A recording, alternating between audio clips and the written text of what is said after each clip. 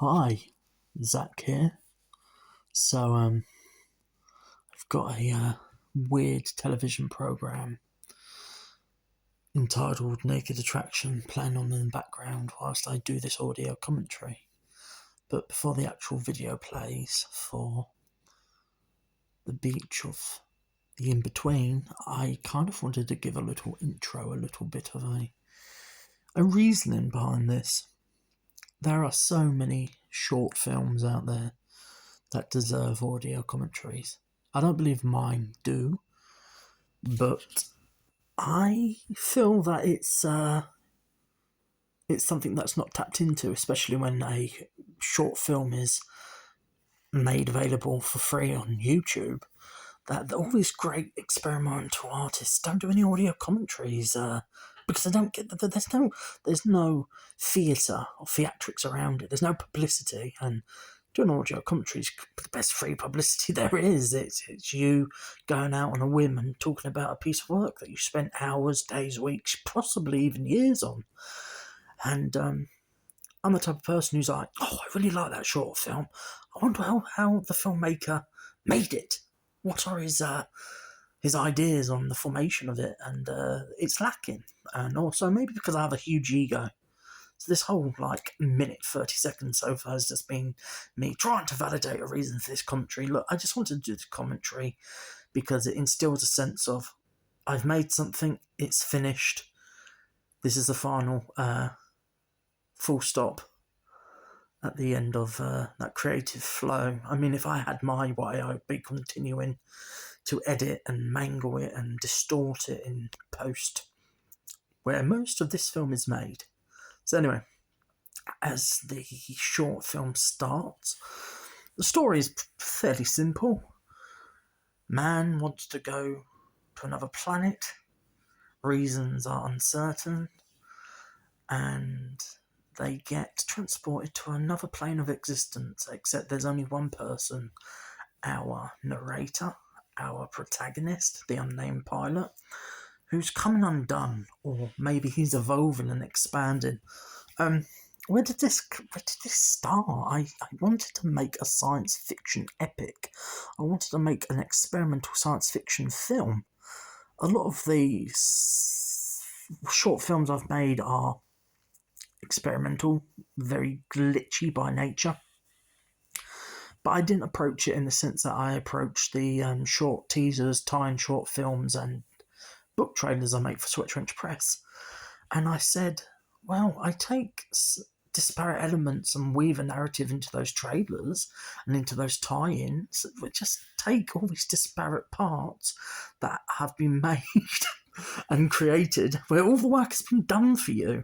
And like a collage artist, that of which I am as well, I'm taking disparate elements and I'm crafting a story from them by editorially changing them, basically cutting around them and enhancing them to tell my story.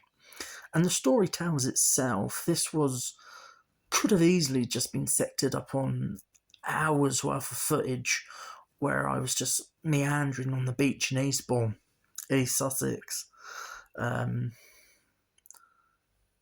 just cut it together quick. And I felt that there was an alien nature. What I love about beaches is the desolation, how it's seemingly, organic, but so alien, like an alien plane, an alien scape. And as I was cutting it together, I thought that we need a mission that leads us here, leads us to this trippy, ultra sensory experience. And a lot of my work is very spastic and is very experimental and is very autistic in nature. And I got all these different elements, and I've graded them enough that and I feel what I've done is I've taken these already existing parts and I've evolved them to my own ill-gotten needs. And I don't feel it's stealing, because you're taking this footage and you're repurposing it, and that's how collage works. You're taking images that already exist and you're making your own reality out of them. And during making this, I wanted to push this narrative, but what was lacking wasn't the archaism, as you can see displayed, and the trippiness and the mirrored kaleidoscopic visionary qualities, metaphysical qualities. I felt I needed a narrator, so I wrote this script. Not much thought was put into it. It was basically just off the top of my head. I had a vague notion of, by creating this narration, I could then have a general guideline of where to go with the story, what type of footage I should look for. And I had various American friends I reached out to, and they were like, yeah, I'll do it. And no one did. So I reached out to my good friend, author Renee Vazacek, RJ Vazacek, and he's got such a unique voice. He sounds a little bit like Chucky's dad from the Rugrats, except a little bit cooler, a little bit more stoner-esque, and the voice just lends it a grandeur, and his voice perfectly captured the intonation and the quality and the tonality I wanted, that offsets and basically beautifully mirrors and exemplifies and molds into this narrative I'm making. And I think this is the best short film I've made. I would also say it's the most, for all of its hecticness and experimental flourishes, so much so that it's, so experimental it's almost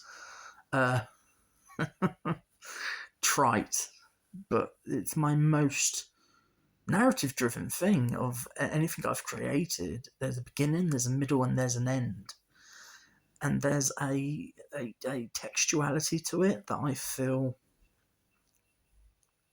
is found. It's epic, it's evolutionary, it's a Kubrickian sensibility. It's slow paced, and then it's not so slow paced. It's erratic, it's furious, it's mental.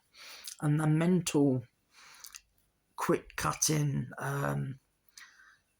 flitting of like a faulty projector, of an intrusive mindscape, of a psychotic, schizophrenic mindscape. I wanted that to be the alien narrative, the alien influence. I wanted these separate visual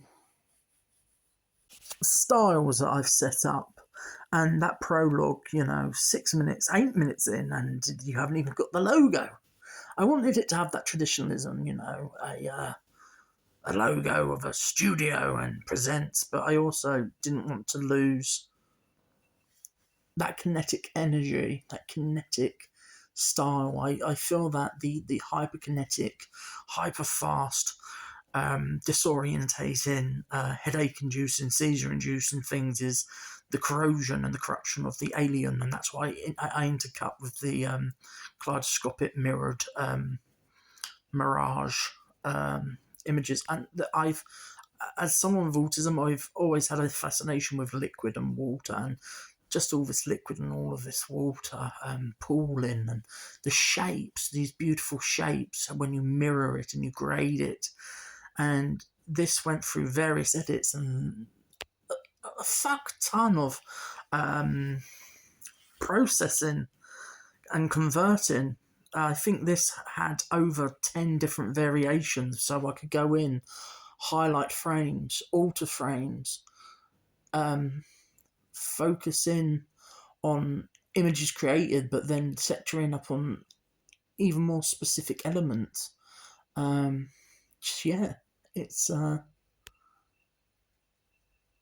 It's fun, that's what experimenting is all about. It's fun.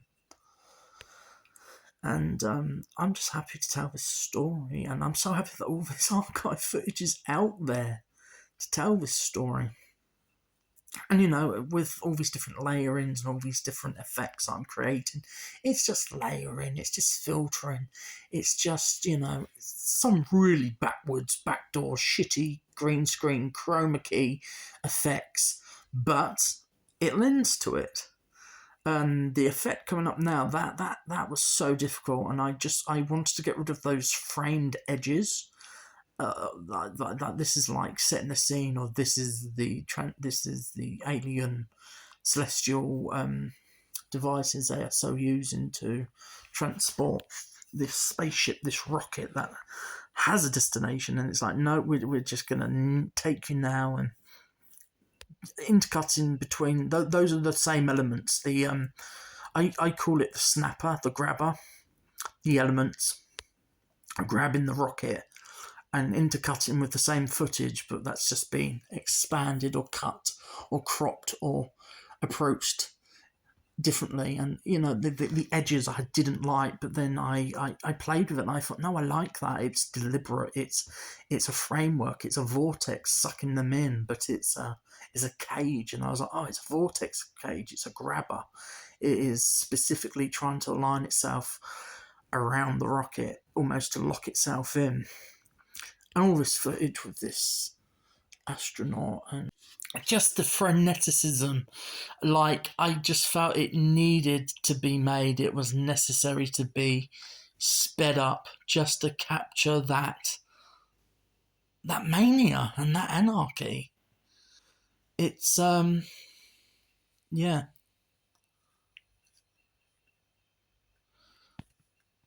Yeah, and I wanted to capture him landing, even though there's these certain select images that I'm showing you. I don't really want them to be taken on as literally as they are.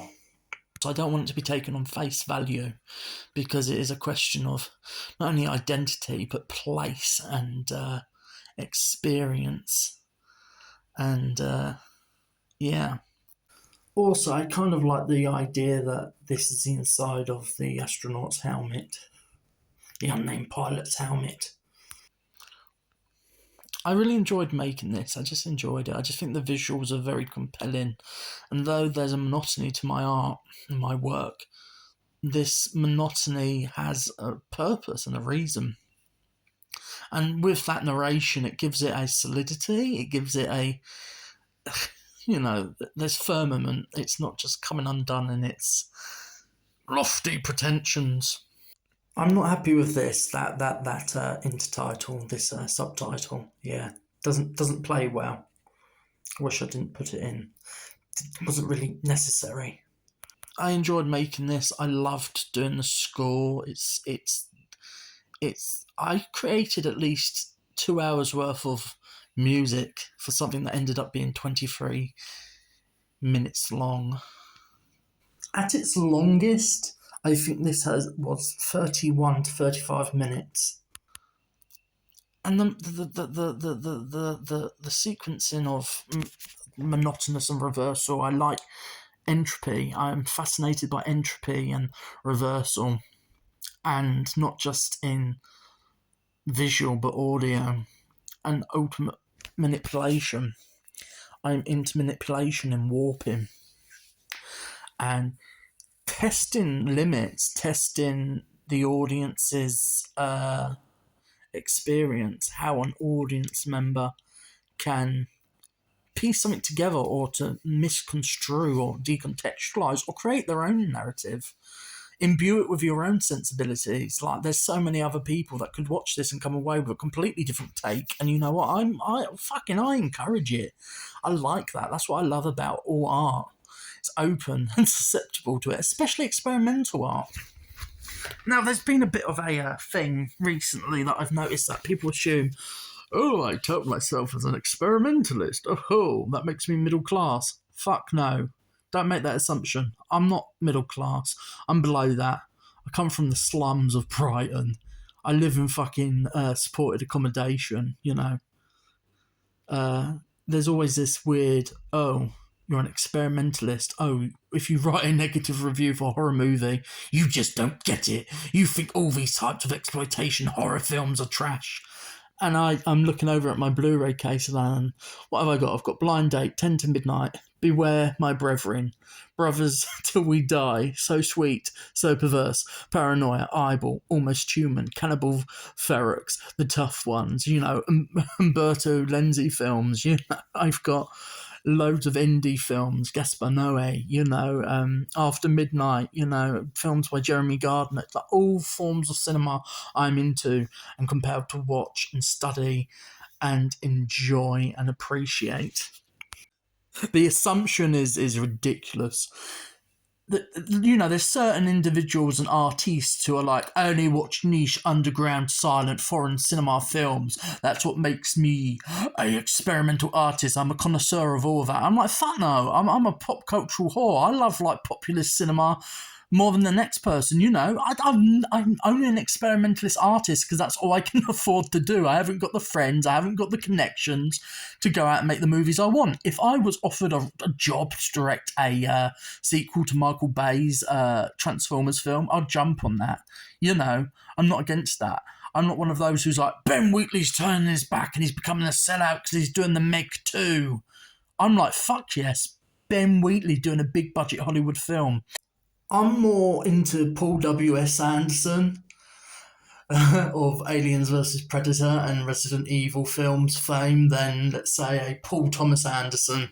Recently, I did a negative review of a movie, an indie movie, and somehow the geezer, the co-writer of it, tracked me down and he accused me of being middle class and I wouldn't expect this. And turning it into class just because I own an experimental publication house, just because I express myself as an experimentalist and an artist, don't make that assumption that I'm this this one-sided coin, you presumptuous prick. And this geezer, if anything, showed that I'm northern, I'm more hard up than you fucking southerner, and it's like, get a fucking grip, mate. I don't mind saying his name, some geezer called Joe Ferrari turned it into a class war. I don't expect someone from Brighton, a middle-class experimental person. Basically, it was tit for tat. Look, I thought the film that you wrote was shit. I didn't even tackle your script. I just thought it was poorly directed and poorly acted. And now if I think about it, I think the writing was quite shit. People like that, just fucking bore off. I'm only doing making this because it's the only means I can do. I ain't got a friendship group. I haven't got a friendship group who will put their money where their mouth is. I've tried for years to make feature films, short films, and people just don't have that impetus. And because of the way and the gatekeepers of fucking higher education and the academic lifestyle, you can't fucking do anything unless it's BTEC. You have to have a maths grade or a science grade to do a higher learning in making movies. What the actual fuck? What the fuck? You know what I mean? So, I wanted to strive in the BTEC, and the BTEC wasn't even focusing on making movies. And I remember I was so dedicated to making a movie once and doing all the coursework. Anthony, the media teacher, went, "You're overdoing it." And I was like, "Mate, I'm trying to prove a point here. I'm better than this, BTEC." And I think he didn't like that. All I wanted to do was prove my worth. I was going above and beyond with everyone else. Yes, I may not excel at maths or science, but I'm good at this shit. Me excelling this well at this should give me, an advantage over everyone else here. He was just taking the BTEC course because that's all sort of profit to them. And, they're only there because their parents still wanted their child, the child benefit. And I was like, I'm here, and I want to excel. And they just like, they weren't into it. This turned out how I wanted it. I had a sense of where I wanted to go, and here we go. But yeah, just because I'm an experimental writer and artist, don't delude yourself for a second that you think that I think exploitation cinema is below me. Mate, I love The Toxic Avenger. I love low-budget stuff. And if you watch my stuff, you'll go, holy shit, that's awful. I'm not making this and thinking it's high fucking art. If anything, it's lo-fi shite. But this one I'm watching now, I'm really fucking proud of it. I'm really proud of it. I love it. I'm in love with it because I achieved something. It's actually something at a place where I'm like, I want to achieve something. Oh, I'm not. Oh, I failed. Oh, it's evolved into something else altogether. The small mistakes in life creates the majority of my art. But it's beautiful, and it is a moving piece of art. And I'm proud of it because there's a lot of work and, frenzied work. And the more I think on it, the more I know that I can achieve greater or more important elements. Or not elements. Talking out my arse now. I can achieve greater means by different elements. It's all a learning curve. It's exciting though. It's exciting for me. It's exciting because it's an exploration and it's an expansion of what I am capable of doing as an artist, as a editor, and as a writer. Getting all these disparate elements and writing a piece around it. And in a way, this is a feature-length tone poem of archival footage.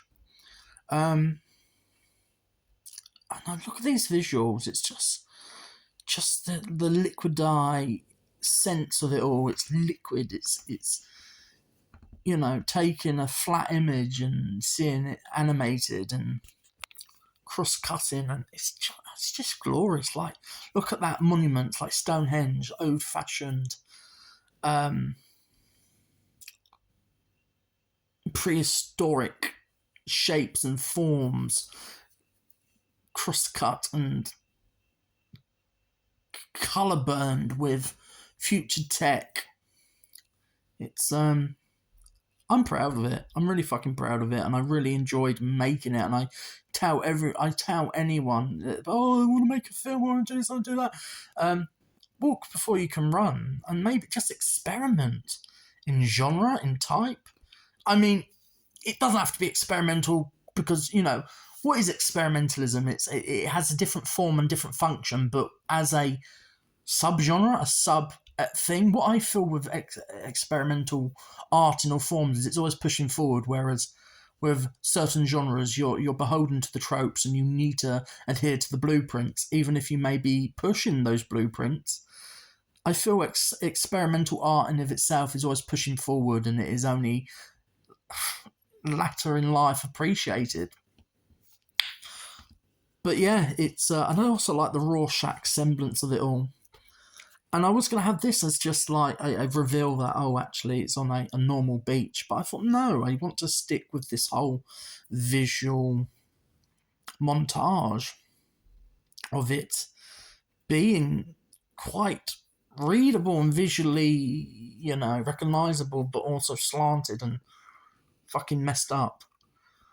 That it's alien enough. It's recognisable enough as Earth, but is it an alternate Earth? An alternative of an alternative. And I was going to have all these various, slow melodic, because it started out as a very slow, melodic, sonorous piece. But the more I played around with it, the more it became this whole other beast. But it does lose the mirrored, kaleidoscopic colour burn, and it's the latter half is very much this is the confusion between the state of mind of the pilot and the state of mind of celestial beings. It's about becoming celestial, if you know what I mean. And the cross-cutting, it's so much fun. So much fun. So much fun. This has probably been the most boring commentary, but a bit of rant, a bit of rave, a bit of what would we call it? Confessional. But no, go out there and play and have fun. And for those of you who've listened to this, I do apologise. But no, it's a beautiful piece. Let's talk about our own art. It's always going to come across as wanky. But I set out with a means and a goal and an aim, and I achieved it, and something else entirely. Anyway, thanks for listening. Don't forget to subscribe and like and share. And check out my other lo-fi short films. Bye.